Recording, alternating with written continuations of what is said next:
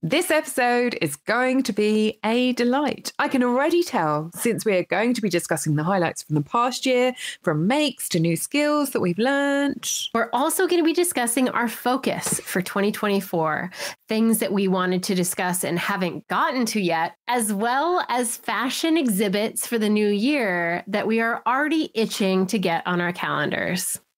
Hello and welcome to Threaded Together, a podcast that stitches together home sewing and high fashion. We're your hosts. I'm Tracy. And I'm Rebecca. And in today's episode, we'll be reflecting on 2023 and also looking forward to 2024. This is our 12th episode for Threaded Together and our final episode for 2023 and our first season of the podcast. And we are so excited to have you. And we are thrilled to have you back listening to us again. And as always, don't forget to find us on social media at Threaded Together Podcast or at threadedtogetherpodcast.com, where you can see what we're working on and keep up with us between podcasts. Just give us a follow. Speaking of our website, threadedtogetherpodcast.com, we had a wonderful question left in the comments for you, Tracy, that corresponds with a rather funny story that just happened. Shall we start with that? Yes, we had a question from Christine after I sung the praises of my iron in episode 10.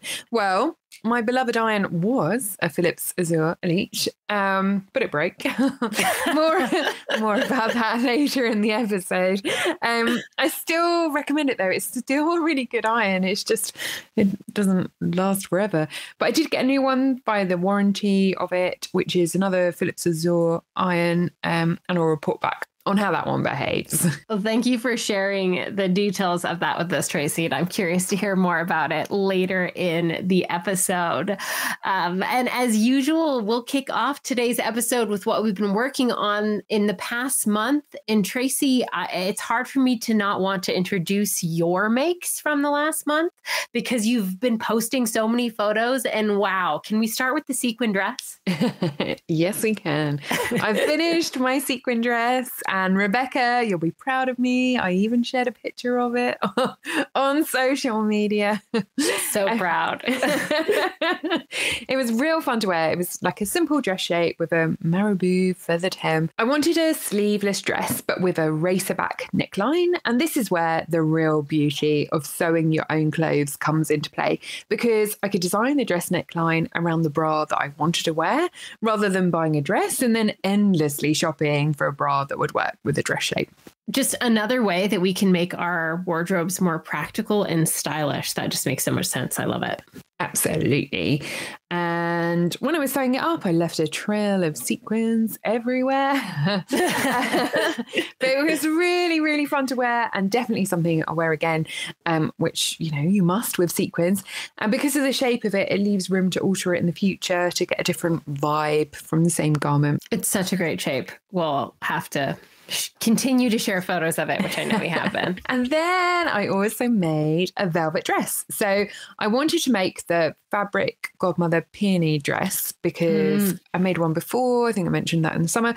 And the fit on it is super. And so I knew it would make up a beautiful dress and would do justice to the velvet. And in parallel, they were running a peony party, encouraging everyone to make and share pictures of their peony dresses on Instagram. So that was the push I needed to finish it.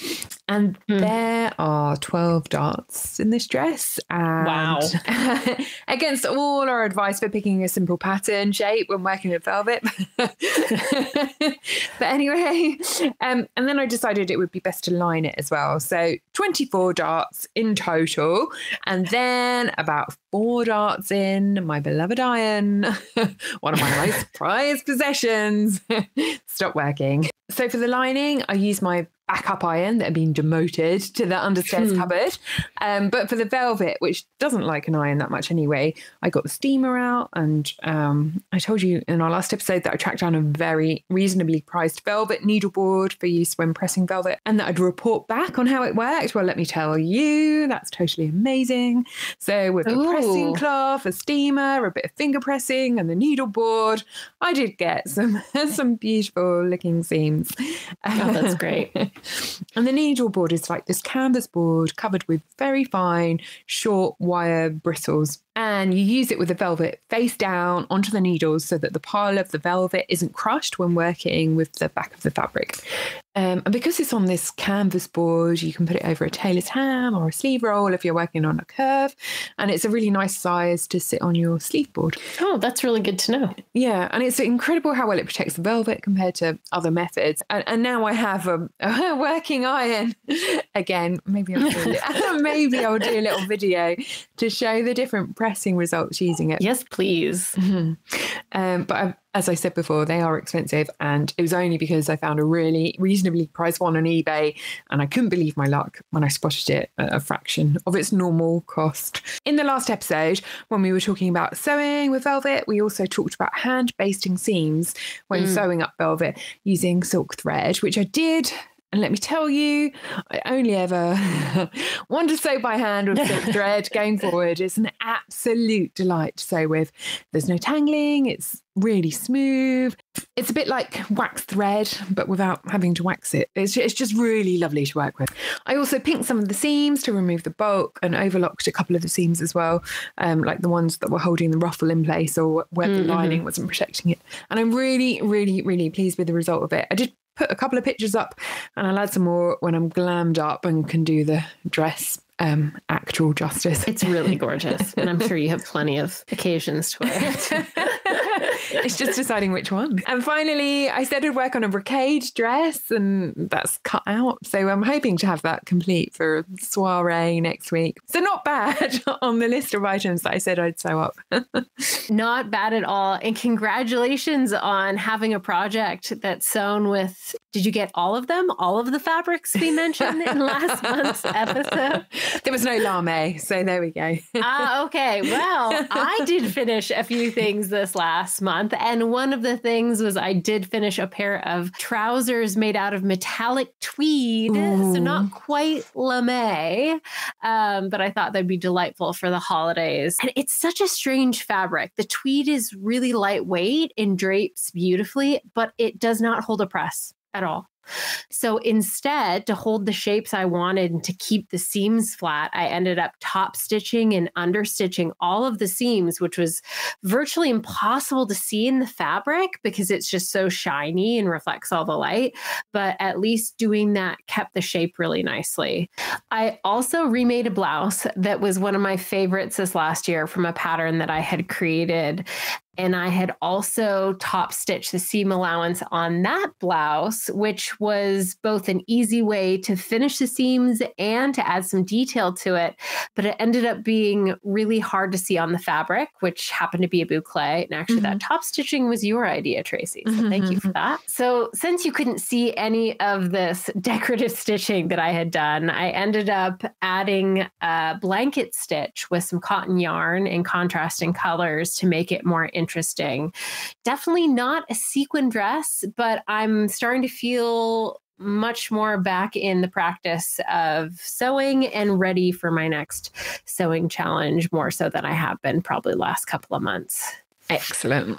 So today is our 12th episode, one full year almost since starting the podcast. And I thought it might be nice to go back to the origins of the podcast for a moment. Tracy, we met doing a couture sewing course at Central St. Martin's and had this very lively WhatsApp chat going where we're sharing all of these resources that we couldn't find compiled elsewhere. Yeah, that's right. And then along the way, we discovered that you and I are both massive fashion history buffs in our own way. You perhaps more so as a classicist, let's say, or early 20th century fashion. And then I'm both more of a late 20th century fashion to modern fashion history buff. But together, we've been learning about all of the history before and since and in between. That's right. And we also discovered that we both have a background studying maths, which I don't think is very common, but also makes us both lovers of pattern drafting. It also, I think, gives us the patience to study a historical pattern, which were much more complex in their study of the human body and the considerations it took to form the shapes that ultimately ended up influencing modern fashion today. Indeed. And for more on how we met in that amazing couture jacket making course, we actually did an episode on that back in episode 6 of this season. Mm-hmm. This podcast has been such a joy these past 12 months, and we're so thankful to you, our listeners. We're so happy to hear your feedback and know that you are enjoying listening to us as much as we love making this podcast. Been getting so much amazing feedback lately. Thank you. And if you haven't done so, of course, we'd always love a 5-star review and any feedback that you have. We love hearing from you so much that we'll officially be launching a monthly newsletter in 2024 so that we have a better avenue to reach you directly and get your feedback, input into episode topics, and be able to share more behind the scenes photos, because we do get a little shy sometimes sharing our projects on social media. Definitely guilty. We're so happy to know that we have listeners all around the globe. And to name a few of the countries where we have listeners in the UK and the US and Ireland and Canada and Switzerland and the Netherlands and Germany and Belgium and Sweden and France. Wow. And we plan on going even more global in 2024. So thank you so much for listening. The end of the year is when many makers and sewists review what they've made all year and marvel at their accomplishments. Tracy, we should join in on that as well, don't you think? What have you made this year, and what was your favorite make? Okay, so reviewing what I've made in 2023, and now just as a caveat to this, we're recording this a few weeks short of the end of the year. So maybe I can squeeze one more in before the end of the year. So I have made 24 items, of which 2 were for other people. That's a distinct lack of selfless sewing going on there. 8 were dresses, 3 or 4 were coats and jackets, 2 skirts, 1 jumpsuit, 1 top, 1 shirt, 1 pair of jeans, 1 pair of jogging bottoms, and 3 pullovers or sweatshirts. Wow.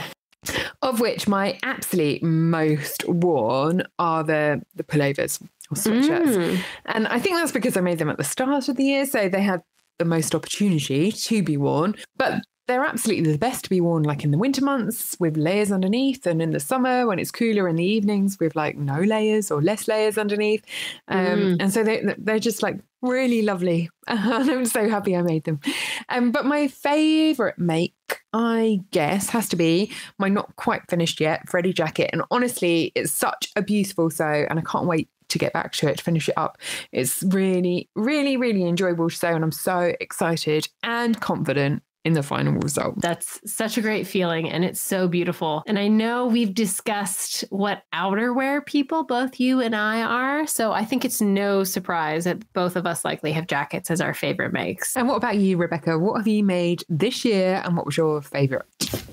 So I love doing this by the numbers thing. So I'm going to lump in a few things I'm super close to finishing, also trying to be optimistic about the end of the year and that they'll actually get completed. I have made 28 items this year, but out of those, 9 of them were crocheted and 2 of them were knit items, and 1 of them was a combination of both knitting and crochet. Of the remaining 15 items, I cut and sewed 5 jackets, 3 jumpsuits, 2 pairs of shorts, 3 tops, and 3 pairs of trousers. Usually my favorite make is whatever I've made most recently. But I do have a clear most worn item in a pair of blue trousers and that top that I mentioned that I've now remade multiple times since I wear them so often. I even had forgotten and thought I made the blue trousers last year because I've just gotten so much wear in, but they were also made at the beginning of the year. So similar to your hoodie, lots of opportunities to wear them. And your blue trousers, just to say, are the most striking,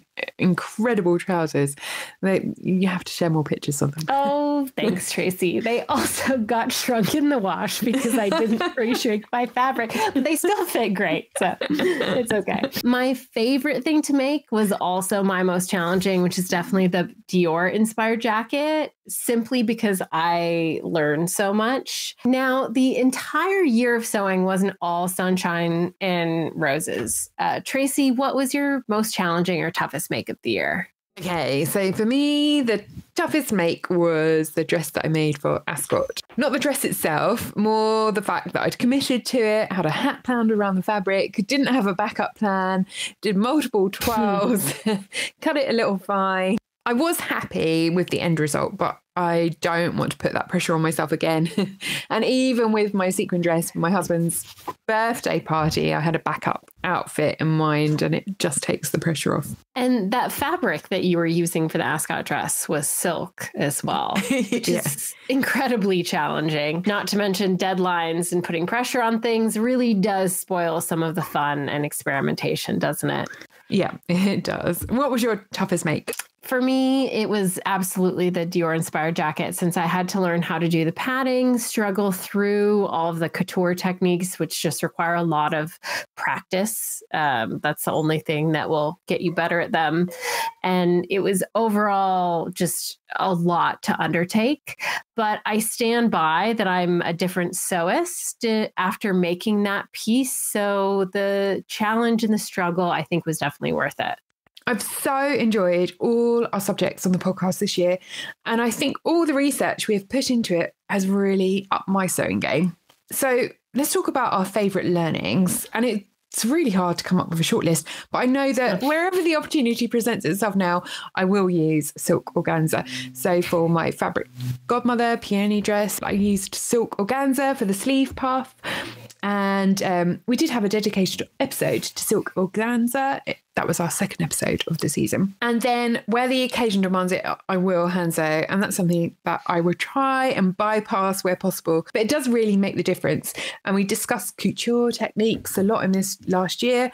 And we haven't really dedicated an episode to them specifically. And maybe that's something we need to do in 2024. Agreed. What a great idea, Tracy. I feel like I learn something from every episode that we do. And every time we discuss different ways of doing things, which is one of my favorite parts of the podcast as well. Mm-hmm. In terms of favorite learnings, silk organza has absolutely been a favorite of mine too. Keep finding new ways to use it. I also do a lot more hem and seam finishing experimentation than I used to because of all of the different strategies we've discussed over the year, especially in episode 5, where we discuss so many different hemming techniques. So that's another favorite learning of mine. I also still love your pajama pants as a good first making tip, Tracy. That makes me laugh every time I think about it, even though I'm very far past my first make. I think we can learn something about wearing things around our house in case they fall apart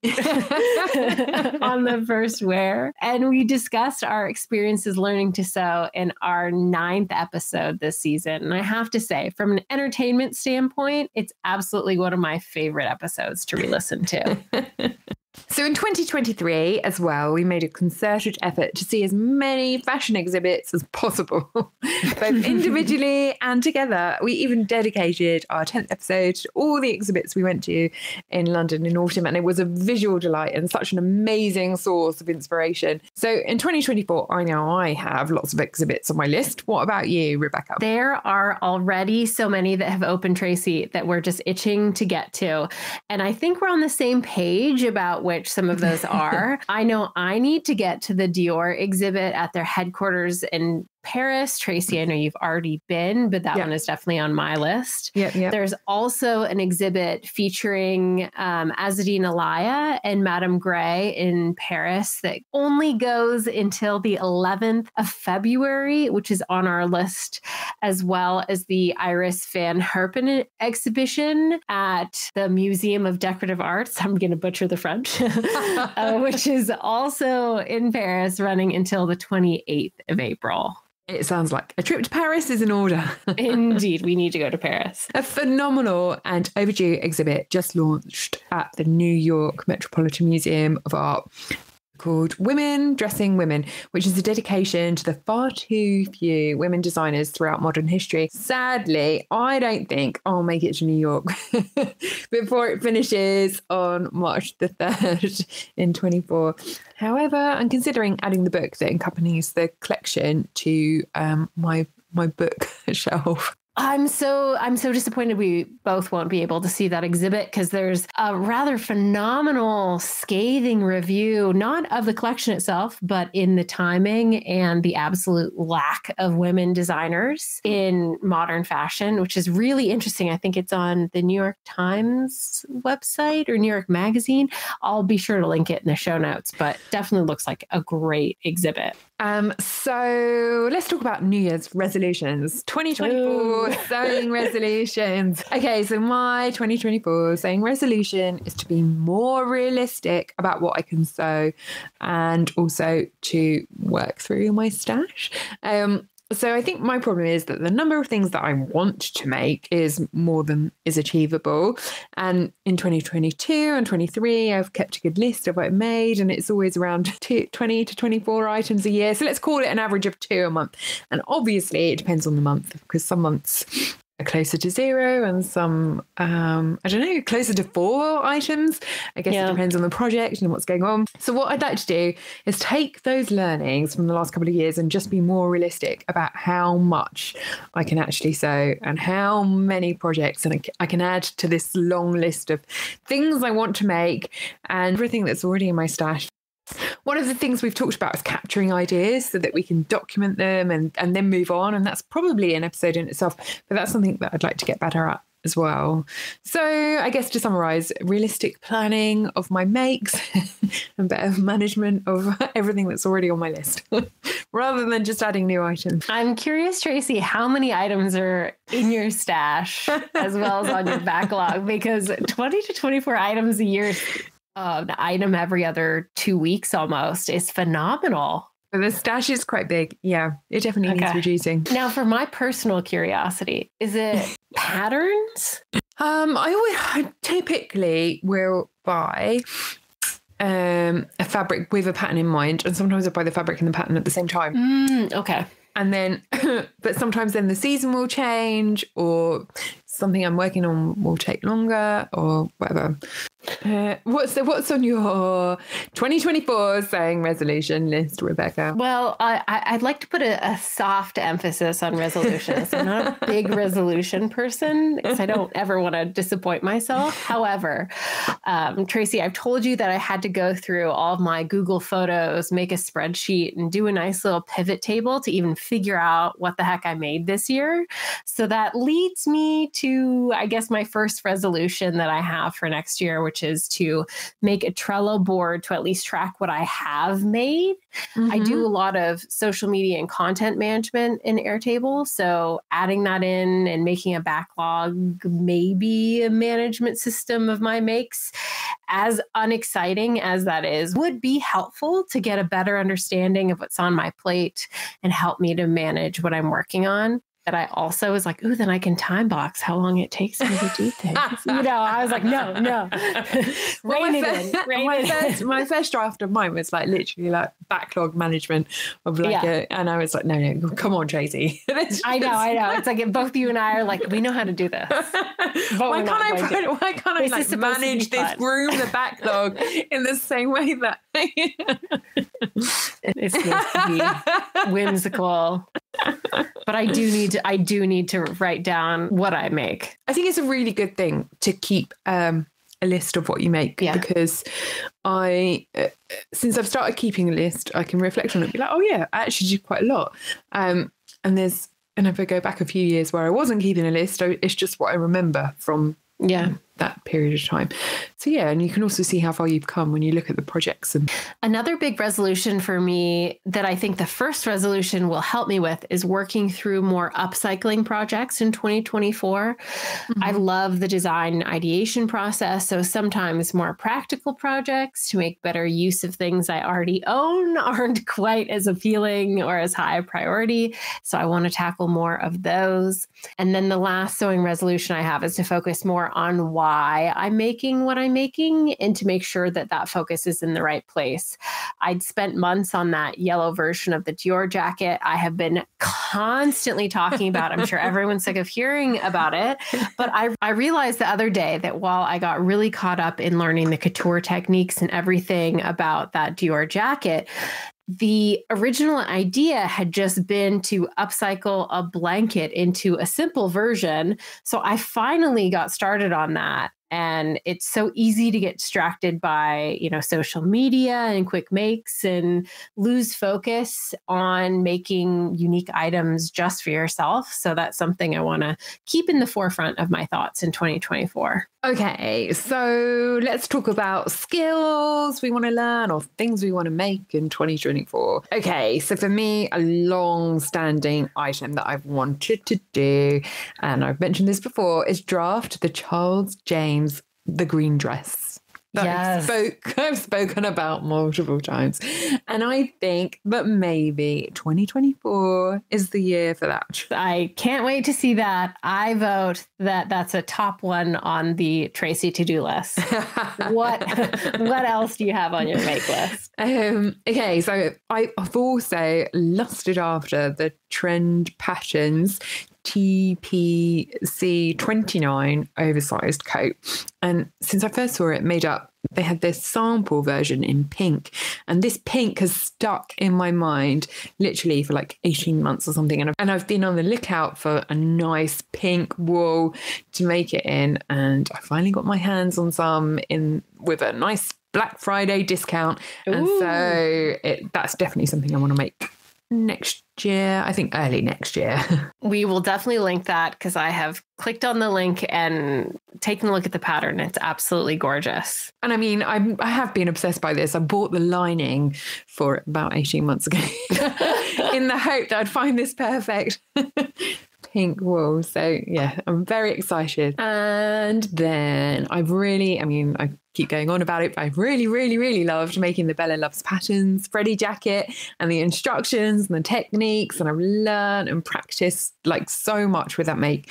And so I would definitely be keen to make a couple more of her patterns because she's got a nice jacket and trousers and a few things that are really quite appealing. That sounds fantastic. I love makes where you get to learn a lot along the way as well.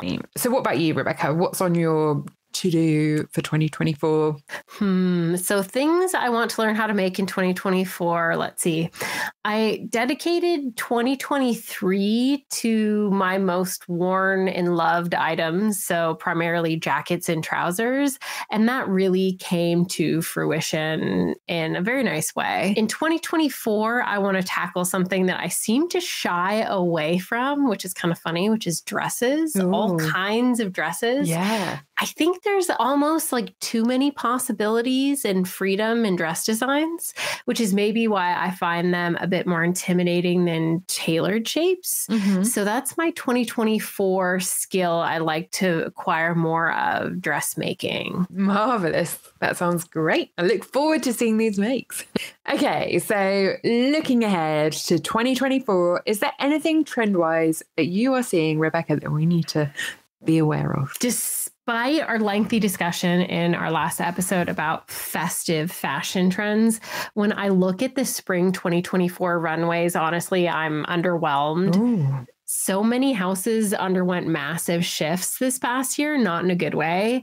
And a lot of the fashion is just feeling really uninspired. I also think it's been a challenging year politically, and I think everyone is pretty tentative going into 2024 about their outlook, which makes a lot of sense.